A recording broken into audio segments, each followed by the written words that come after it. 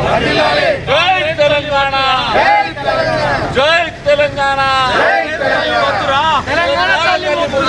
కాంగ్రెస్ తల్లి వద్దురా, తెలంగాణ తల్లి ముద్దురా, కాంగ్రెస్ తల్లి వద్దురా, తెలంగాణ తల్లి ముద్దురా, కాంగ్రెస్ తల్లి వద్దురా, తెలంగాణ తల్లి ముద్దురా.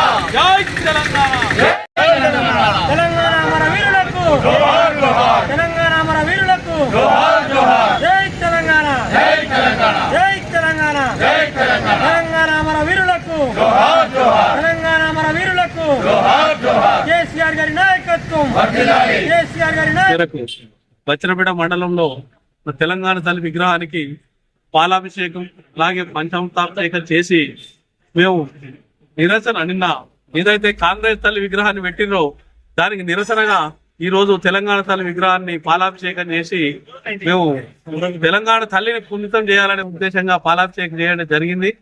అలాగే కళ్ళబొల్లి మాటలు చెప్పి ప్రభుత్వంలోకి వచ్చిన రేవంత్ రెడ్డి గారు ఇప్పుడు అన్ని మాయ మాటలే చెప్పింది తప్ప ఎవరికి ఇప్పటిదాకా సంవత్సరం ఉత్సవాలు చేసుకుంటున్నారు. ఆ ఉత్సవాలల్లో ఎవరికి ఏం లాభం జరిగినట్టు తెలుసు కానీ అందరు ప్రజలు గమనిస్తా ఉన్నారు. రేపు రాబోయే కాలంలో ఎవరు ఏం చేసిరు అనేది అందరికి తెలుస్తుంది.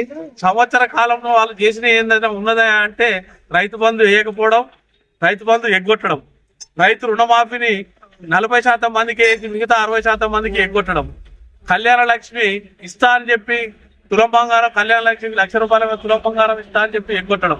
అలాగే కేసీఆర్ కిట్ అనేది హాస్పిటల్లో డెలివరీ అయితే కేసీఆర్ కిట్ వచ్చేది, అది ఎగ్గొట్టడం. ఏదున్నా ఎగ్గొట్టే ప్రభుత్వంగా పేరు తెచ్చుకున్న కాంగ్రెస్ ప్రభుత్వం ఉత్సవాలు చేసుకోవడం సిగ్గుచేయడాన్ని సందర్భంగా తెలియజేస్తా ఉన్నాం. అలాగే తెలంగాణ తల్లిని మార్చాల్సిన రూపురేఖలు మార్చాల్సిన అవసరం ఏమొచ్చిందో రేవంత్ రెడ్డి గారికే తెలియాలి.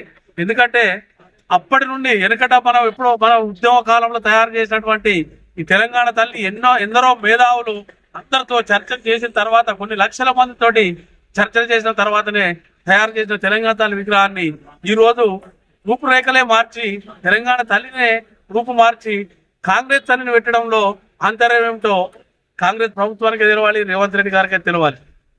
ఇలా టైం పాస్ చేస్తూ ఉన్న వీటిని పేర్లు మారుస్తూ టీఎస్ టీజీ చేయడం, అధికార చిహ్నంగా చార్మినార్ లేకుండా చేయడం, ఈ ఆలోచనలే తప్ప ప్రజలకు కావాల్సిన కనీస అవసరాలను తీర్చాలనే సోయి లేకుండా ఈ కాంగ్రెస్ ప్రభుత్వం రోజు రోజుకు ఇంకా దిగజారుతుంది తప్ప ప్రతిష్ట పెంచుకోవడం లేదు.